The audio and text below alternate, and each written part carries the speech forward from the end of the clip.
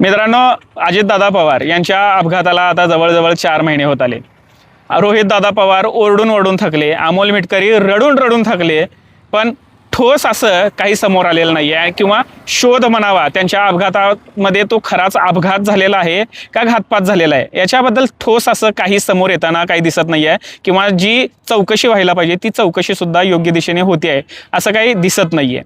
पण ज्या अजितदादाने त्याच्या पूर्ण हयातीमध्ये कोणताच कंडादोरा हातामध्ये बांधला नाही, कोणत्याच अंधश्रद्धेला थारा दिलेला नाही, करणी भानामती या गोष्टींना त्यांनी कधी मांडलंच नाही, अशा माणसाच्या मृत्यूनंतर तंत्र मंत्र करणी भानामती अशा बातम्या समोर येताना दिसत आहेत. त्यांच्या शेतामध्ये तंत्रविद्येचा अभ्यास केला गेला किंवा पूजा मांडल्या गेल्या, अशोक खराताचं नाव त्यांच्याशी जोडलं गेलं, म्हणजे त्यांनी ती पूजा मांडली आणि त्याच्यानंतर अजितदादांचा मृत्यू झाला. अशा गोष्टी जोडताना त्या माणसांना लाज कशी वाटत नाही. आणि ह्याच्यामध्ये अमोल मिटकरी सुद्धा सहभागी होत आहेत, जो पुरोगामी विचार मांडतायत.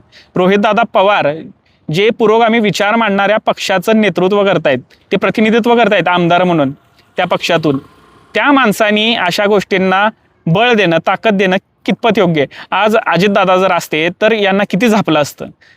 ज्या माणसाने हातात कधीच कंडादोरा बांधला नाही, श्रद्धेला स्थान दिले, अंधश्रद्धेला कधीच त्यांनी थारा दिलेला नाही, अशा माणसाच्या मृत्यूनंतर त्यांच्या मृत्यूच्या शोधासाठी तंत्रविद्या वापरली गेली, मंत्रविद्या वापरली गेली, करणी गेली, भारामती गेली, लिंबू टोचल्या, सुया टोचल्या, भावल्या कापल्या, बकरे कापले आणि तिथं लटकवले. अशा बातम्या समोर येत आहेत. ही किती दुःखाची गोष्ट आहे. म्हणजे ज्या माणसाने त्यांच्या पूर्ण हयातीमध्ये पुरोगामी विचार मांडण्यामध्ये आणि पुरोगामी पक्ष वाढवण्यामध्ये योगदान दिलं, त्या माणसाच्या मृत्यूनंतर अंधश्रद्धेचा पगडा त्याच्या मृत्यूवर टाकला जातोय. सुया, मंत्र, तंत्र, करणी, भानामती हे कितपत योग्य आहे. आणि महाराष्ट्र हा देशाला दिशा दाखवतो. जर या गोष्टींना आपण महत्त्व देत गेलो तर महाराष्ट्राचं महत्त्व काय राहील संपूर्ण देशामध्ये. अजितदादांचा मृत्यू तंत्र मंत्रविद्येमुळे झाला, तो घातपात असावा किंवा अपघात असावा, या 2 कारणापेक्षा दुसरं तिसरं कोणतं कारण नसणार आहे हे आठवण ठेवणं जास्त गरजेचं आहे.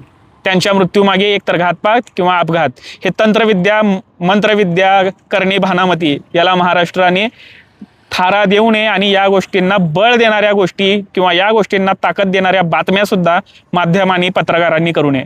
एवढंच मला वाटतंय. तुम्हाला काय वाटतंय कमेंट्समध्ये सांगा.